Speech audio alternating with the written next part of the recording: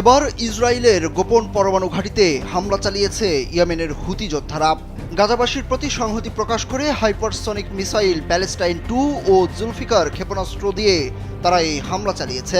দুটি মিসাইল লক্ষ্যবস্তুতে অত্যন্ত নিখুঁতভাবে আঘাত হেনেছে। এর মাঝে প্যালেস্টাইন 2 মিসাইলটি এসদোত মাইকা অঞ্চলে ইসরায়েলের গোপন একটি পারমাণবিক ঘাঁটিতে আঘাত হানে।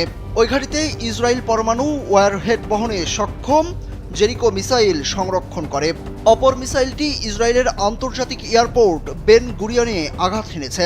এতে করে 1 ঘন্টারও বেশি সময় ধরে এয়ারপোর্টের সকল কার্যক্রম বন্ধ হয়ে যায়। এছাড়া আশকেলনে গুরুত্বপূর্ণ আরেকটি স্থাপনায় ড্রোন হামলা চালিয়েছে হুতিরা।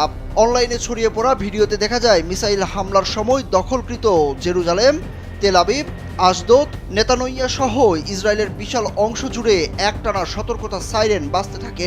এ সময় হাজার হাজার মানুষকে নিরাপত্তার আশায় বিভিন্ন দিকে ছোটাছুটি করতে দেখা যায়।